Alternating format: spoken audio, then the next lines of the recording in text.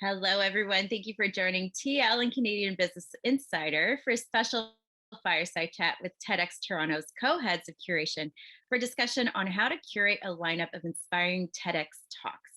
Kapil's passion is helping people understand the broader world and tell their own stories within it.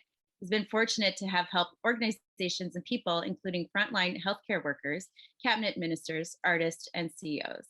As a volunteer, he is the co-chair and co-head of speaker coaching and curation at TEDx Toronto. Chris is an experienced storytelling professional and the founder of the storytelling and communications firm Tell People. Since 2016, he's trained over 7,000 people at large companies, government institutions, nonprofits, and many law firms. Chris values community and sharing good ideas. Presently, he's spreading ideas as the head of speaker coaching at TEDx Toronto and the storyteller in residence at global technology firm Manifest Climate. Welcome, both of you. Thank you so much for your time. Thanks for having us. Thank you. So just some quick housekeeping notes before we get started. Please make sure to ask your questions in the chat box at the bottom of your screen, and we'll open up an audience Q&A at the end of this hour. Now, I also want to remind you that as an attendee today, you each have a chance to win one of 4 free tickets to TEDx Toronto. So it's happening on May 17th to the 19th at the Royal Ontario Museum. Please make sure to stay on until the very end of this chat, and Laura will call out the winners at the very end of this hour. So now I'd like to introduce our host, Laura Hensley, digital editor at Canadian Business. Thank you all again for your time today, and take it away, Laura. Thanks, Chantel. Hi, Chris and Kapil. So nice to see you both, and I'm really excited to have you here for this intimate fireside chat. I know that you have an exciting event coming up, so I think we should dig right into it. But before we talk a little bit about the event and the speakers, attendees can expect, let's start with the organization itself, okay? So let's set the record straight. TEDx Toronto is different from TED, correct? Can you just tell me a little bit about the organization? Absolutely. Thanks, Laura. So TED and TEDx Toronto are different organizations. Of course, TED came first. It has been around for several decades and really exploded into the public eye in the early 2000s when they started to put videos from their annual conferences on YouTube. When that happened, and they were amongst some of the first viral videos on the YouTube platform, they got all this interest from all over the world, from people saying, would you put on a TED conference in this city or that city? And they themselves are a nonprofit based out of New York. And what they ended up doing was creating the TEDx program so that groups of volunteers around the world could help advance their mission of spreading ideas. And so the idea was that a group of volunteers could come together and put on a TEDx event. TEDx Toronto was actually one of the first licensed TED events. It started in 2009, and it's been running continuously since then, and is a group of 70 volunteers who put on this fabulous event each year. Wow. So you're both, I'm sure, very busy. We know the event is coming up, but tell me a little bit about how you both got involved in TEDx Toronto. As you said, it's volunteer-based. So, I'm sure that means you're passionate about public speaking and Toronto's ecosystem. Chris, do you want to go and tell me how you got involved? Sure. Yeah. Thanks, Laura. It's my story is a bit more sort of expedient, I suppose, than Kapil's. So Kapil and I have been friends for a long time, and I am a speaker coach. And I guess last cycle, so during COVID, one of the regular coaches had to drop out. I think there was a family illness. And so they needed somebody to step in and take over one of the speakers. So I was happy to do that, to help out my friend. And it was a very enjoyable experience, but it was also a very meaningful experience. The other coaches, so there are 10 speaker coaches at TEDx Toronto, are so engaged and supportive and positive. It was one of the best organizational experiences I've ever had. And so as a result, when Kapil asked the next year, we need somebody to lead the team, and would you like to come back? I was, to be honest, surprised myself to say, yes, I would absolutely love to do that. So that's how I came to be here. Great. And Kapil, how did you get involved in TEDx Toronto? For me, it was such an accident. In 2017, I had stepped away from what I thought was going to be my career for life in hospital and healthcare management. I didn't really have much to do. I was trying to figure out what was next, and I happened to bump into a co-chair of TEDxToronto at an event. And he called me up a few days later and he asked if I'd be interested in volunteering to be a speaker coach. And at the time, I actually said no initially, because I just imagined that life was about to get really busy as I started a new job. And this person, Jeff, who's now a very close friend of mine, invited me to breakfast so we could chat about it a bit more. And my philosophy is never say no to a free breakfast. And it was a conversation that ended up changing my life, because I ended up volunteering as a speaker coach that year, had an incredible experience, just fell in love with helping curate ideas and help our speakers tell their stories, and the incredible dynamic of our coaching and curation team. And then kept coming back, helping co-lead the team, and then eventually becoming a co-chair of the organization. Did you get more breakfasts the years that followed, or was it just the one to lure you in? Absolutely. Absolutely. Well, we know the upcoming event is happening at the ROM from May 17th to May 19th. And the theme of this event is renew. Can you speak about what that theme means, and, what sort of, audience members can expect? Kapil, do you want to take a shot? Yeah. So when we set a theme each year, our core organizing team comes together, and it's one of the most fun meetings of the year, because we do this evening-long workshop where each of us writes a little brief and tries to explain kind of how we're seeing the forces that are shaping our little corner of the world. And so you end up with 10 to 15 different briefs from people who come from all walks of life, different industries, and different perspectives. And then we start to identify, what is a common theme that's emerging. And this year that theme is renew. And it was really sort of centered around this observation that, we're emerging from something, right? The pandemic is not ending, but we're emerging from a period of being isolated from each other, of going through kind of a crisis that doesn't seem to end, and instead compounds. But we have this moment as we emerge to really reflect on these past 2 years and identify what we want to do differently. And so that's where this theme came from. And then to help bring that to life, we've curated 10 incredible change makers across the region who are working on just incredible ideas from so many different diverse fields and perspectives to help us explore what that means. And Chris, maybe you can speak to this. So obviously, going off of the theme, how do you actually, select the speakers? As mentioned, there's some great ones, including entrepreneurs, researchers, and creatives that definitely relate to the theme. But how do you go about selecting them and getting them, involved? This is such a great question. This is maybe the number one question people ask, I think, about TEDxToronto speakers. So there's a two-part approach. So one part is a kind of active curation. So we have 10 speaker coaches, and we all go out, similar to the sort of collective effort that Kapil described with the theme. We all go out and curate between 5 and 10 ideas. Across the city, across various ideas. We have some loose topic buckets that we try to check off. And we come together over a period of weeks and we pitch each other. So it actually maybe looks a lot like pitch meetings for Stories for Toronto Life or Canadian Business when the editors pitch. So we kind of have this round robin, and we kind of narrow them through much discussion.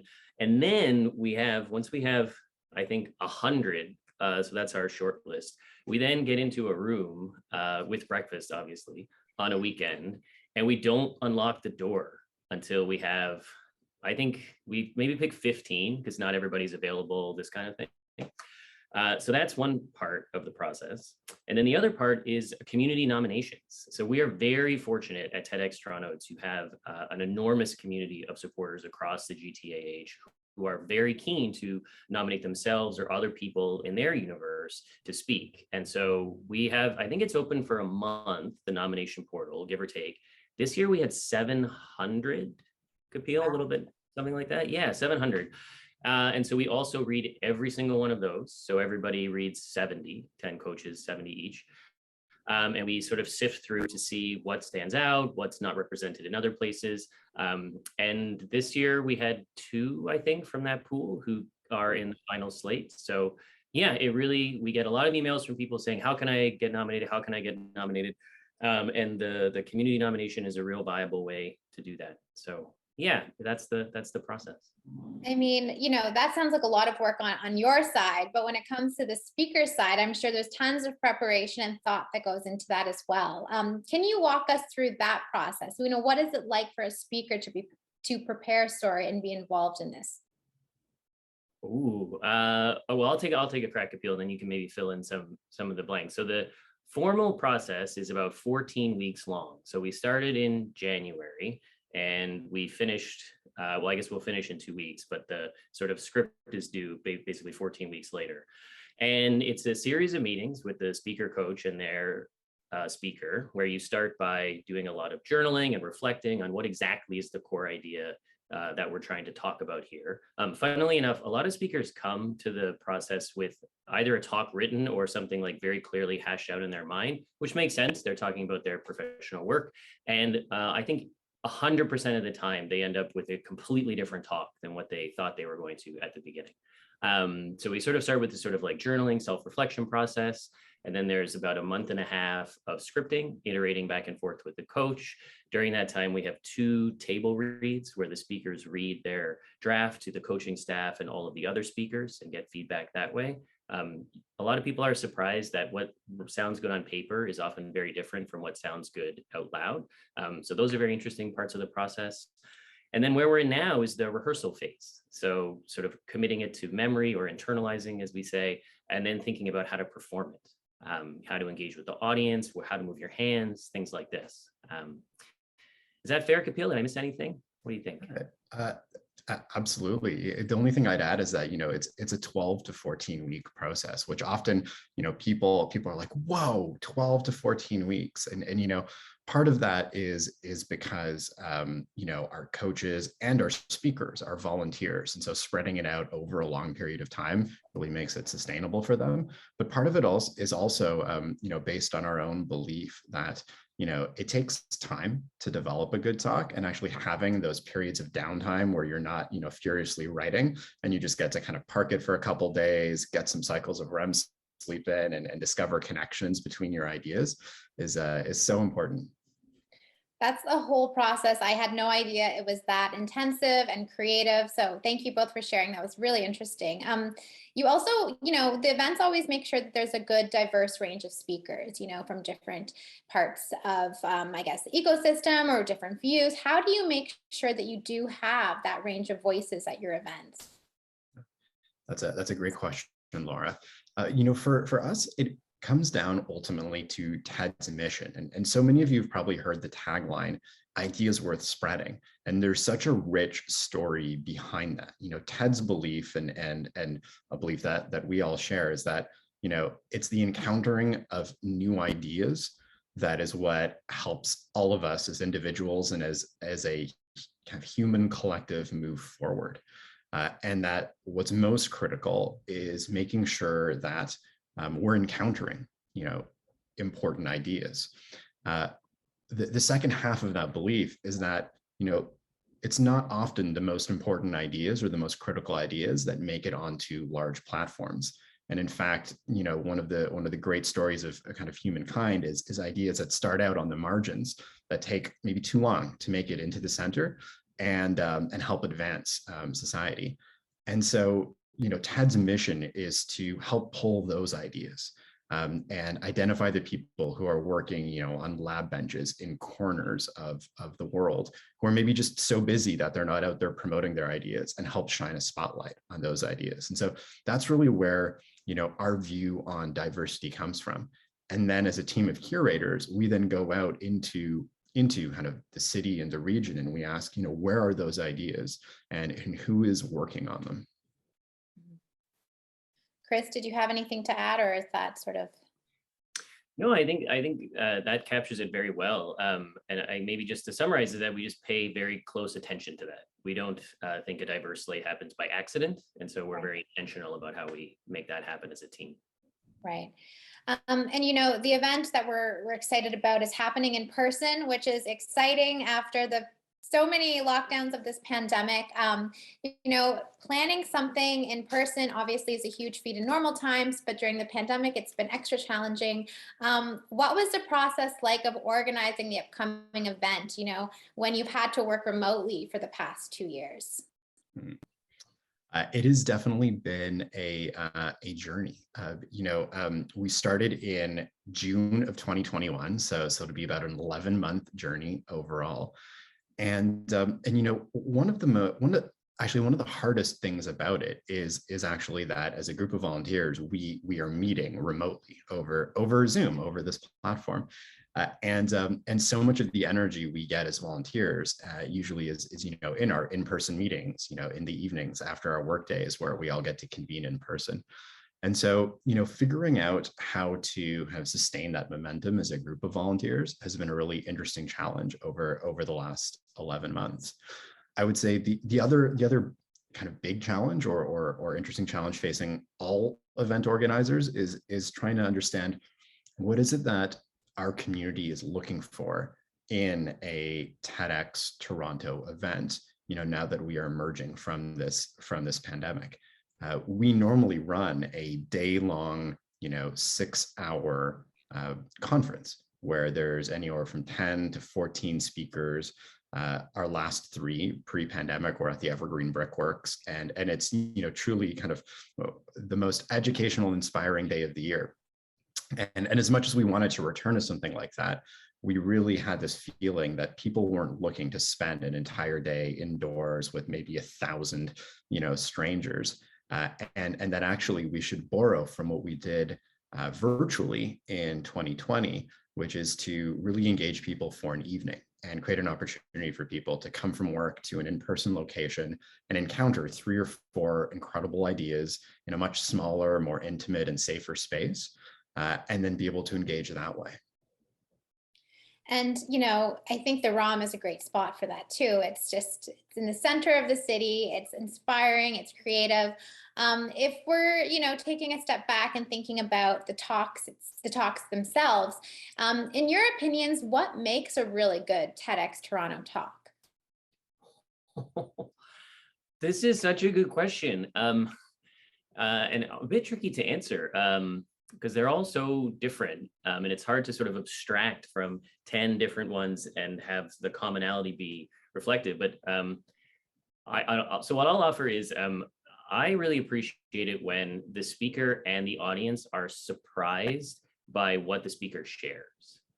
And so so I said earlier that when speakers come in, they often have a very clear idea of what they're going to say, and then through this long process of discovery, and as Kapil highlighted, with lots of sort of breaks to reflect, oftentimes a speaker gets to the end and is like, I didn't realize how this part of my life connected to my work, or this reflection. And my favorite thing, you can see it on stage a little bit, is so the speaker will be going through their talk and the audience will have a similar like, wow, that's really interesting. And the speaker's face will indicate like, yeah, I'm a little bit surprised too that this is coming out of my mouth right now. And so for me, it's really hard to like individualize that, how it shakes out for each speaker. But if you're coming to the show or you're watching the live stream, see if you can catch the moment, because I think it is on every speaker's face at some point in this process. So that's what I would say to that question. Kapil, do you have any additional thoughts on that? I don't. That was beautifully said, Chris. Okay, maybe you can help with the next question then. And that's for those of us who don't go through this process, who haven't had a speaking coach, maybe we're nervous about public speaking. Can you give us some tips? We can all improve our confidence, I'm sure. So where do we start? Absolutely. Yeah, it's a question we get asked frequently, and people are often really surprised to know that, every year, the majority of our speakers don't necessarily have huge amounts of public speaking experience. It's actually the rare TEDxToronto speaker that has a fair amount of experience speaking in front of crowds of 500 or 1,000 people. Our speaker coaching program and our entire philosophy is you bring the idea and we'll help you become a speaker. And so every year we work with people, including this year, who've never really spoken in front of large groups before. When it comes to the actual show, the actual event, you can't really tell the difference.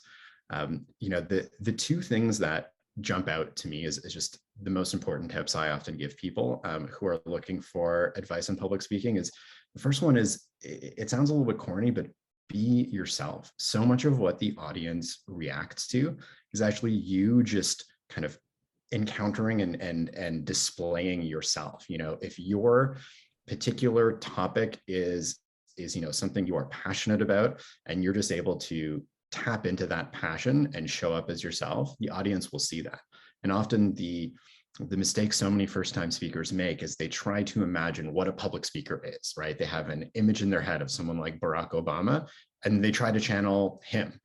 But what actually makes somebody like Barack Obama such a captivating speaker is that he's showing up as himself, and people see that. So that's the first one. And then the second one is, often speakers immediately want to start writing. And something we do with our speakers is we spend time having them reflect on their story, their journey, their ideas, and almost till the field a little bit before they jump into writing. And the reason we do that is because the moment you start writing, you get locked into that script, and it becomes really, really hard to change anything. And if you've taken a bit of time to really think about what you want to communicate, how you want to move the audience, the actual scripting and the writing of what you want to say will flow so much more smoothly. And sort of one follow-up to that, Chris, I would love to hear your thoughts as well, but just talking about being yourself and not getting too married to a script, how often is it then that people will start talking and, they go off script, or they might start going in a direction in which they didn't envision? Like, does that ever happen where you're like, this is actually really coming out naturally, I want to keep going with this? No, nothing. We never have any surprises. It always exactly to script. It's always Kapil, how much do you want to share about this? Oh, we should share it all. During like a TEDxToronto show, so many unexpected things happen. Very rarely, though, do we have speakers who go, dramatically off script, and that's because of the preparation process that we take them through.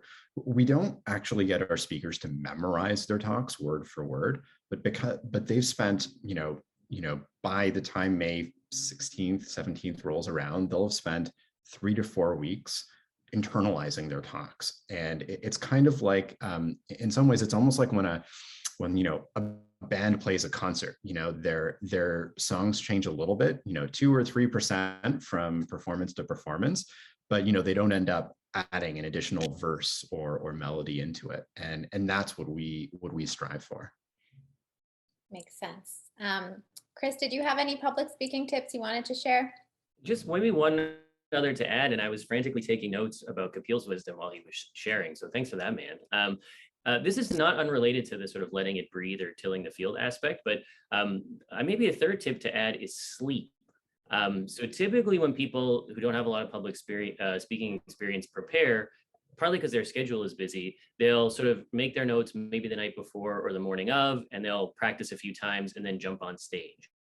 And what we do is suggest, so we finish the script like a month in advance, and then 15 minutes a day, every day for a month to internalize. And so every time in between, you're getting a sleep. And during your sleep is when your mind kind of compiles things. It makes it much, much easier to memorize and internalize. But a good rule of thumb is, if you can, depending on your schedule, rather than doing like 3 practices the morning of your talk, do 3 days before, maybe 15 minutes each day leading up. It will be much more natural, much more internalized, and it will feel like much less effort in preparing. Interesting. Okay. Do either of you, I'm curious, have a favorite public speaker, someone who you sort of turn to and always think that they do a really great job at being themselves and conveying a message? Oh. Kind of put you on the spot with this one, but it just sort of came to mind. Do you have one, Kapil? I do. For me, it is Barack Obama, and I have to, whenever I am giving talks, I have to kind of try to park my love for Obama and his ability to speak in public, because, he's just one of those, once in a generation type speakers. But every once in a while, I will I actually have a book of his speeches, and I will just pick a speech and I will just reread it, because his words are just so incredibly, incredibly powerful. Yeah, I'm a bit, I'll confess to something. I don't, I guess, have a favorite person. I watch a lot of stand-up comedy, so I guess maybe some of that is inspiring to me. Sarah Silverman, John Mulaney, maybe. But I find it really hard not to get intimidated by good speakers, which is not really helpful for me when I have to get up and speak. And so I don't watch a lot of talks. I'll confess publicly here. Yeah, I can't sort of separate myself and not feel like, oh, that's so much better than me. So yeah, that's what I would say. Totally fair. And, before I want to open this up to the audience, who I'm sure has lots of questions, I'm hoping that both of you can give us at least a little bit of some insider information about what audience members can expect to see at the upcoming events. So any details you can share without, giving it all too much away? Kapil, what are we authorized to share here? It's going to be our most intimate event experience yet. We've never done this kind of event before, where it's a small crowd in an intimate venue just for an evening. And I can't wait. There's something so incredible about our old events at Kerner Hall and the Evergreen Brickworks, where there's 1,000 people in the audience and that energy.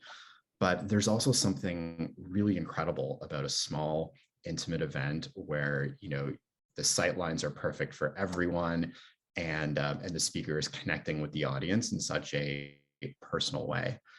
It's also our first time since 2016 that we're back in an auditorium venue, because our venues, our Evergreen Brickworks venue from 2017 to 2019 was not an auditorium. And so I'm personally just incredibly excited for the acoustics and the sight lines and that feel as well.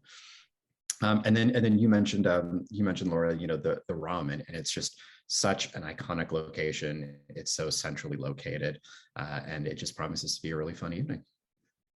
Oh, it sounds great. Chris? I'll add a small prediction. I was looking at what's publicly on the Renew webpage, so it maybe won't spoil anything. But one thing I will predict is, so on every night there will be laughter. So some of our speakers are quite funny. I also think there will be crying. It's so meaningful, in a really meaningful, emotional way. So yeah, I really predict that would happen, which is also aided by a sort of an intimate venue, as Kapil said. So I'll predict that. I also, one of our speakers might make music with his face. I'll just say that. I don't think that's giving it away based on what's on the webpage. And I also will invite you to be surprised along with us. As Kapil said, it's the whole point of the live event is that we don't have any control once people get on the stage. We don't have a giant cane to pull people off. So yeah, come and be surprised and delighted. This is part of the magic of a live event, which we've all been missing for the last 2 years. So yeah, we're excited for everybody to come join us. Well, great. And 4 lucky audience members at this panel talk right now will be able to have tickets to join. So before I announce the winners at the end, I'm going to open up this conversation to audience questions. So if anyone tuning in has any questions, please write them now in the chat. I'll be monitoring that, and I will pass these questions on to Chris and Kapil. We'll give people a second to formulate their thoughts and digest all this great information that you've shared. Oh, while that's happening, I just want to shout out to all of our coaches here who are watching and helping us out. So Monique, Teresa, Natasha, Rita, Sarah, Tyrone, Danny, Bryson, Tuda. I am also a coach, and Carly, our program manager. Thanks so much, everybody. We really appreciate everything, and we're excited to produce this with you in 2 weeks' time. All right. Give people a few more moments here. Otherwise, maybe some questions will come from me. I feel like I've asked most of these great questions here. I'll give the audience. Okay, here we have a question. All right. How do you inspire confidence in the speakers that are doing this for the first time? Chris, do you want to take this one? Sure. Yeah, this is a really great question. How do we inspire confidence? I guess one way that we do that is the coaching team at TEDxToronto is unbelievably supportive. We really believe in the best way to encourage people or make them better is to support what they're doing well. And so you will never encounter a more supportive, engaged, funny, kind group of people. It's everybody is, all the speakers or the coaches rather, are all very conscious of the time investment required and how unusual it is for a speaker to get onto the stage. And we don't take it for granted at all that speakers are doing this for us. We're excited. We think TEDxToronto is a big deal, but like our speakers were already a big deal before they ever met us. And so that's our starting place. And so people, we're all very conscious of how to lift people up who are doing us really a favor by participating. So maybe that's what I would say there. Kapil, what do you think? I think that's incredibly well said. That's incredibly well said. We have two more questions that I'm gonna get into. Maybe Kapil, you can start with this one. When people get on stage and they stumble, how do you help them overcome that stumbling block and get them back on track?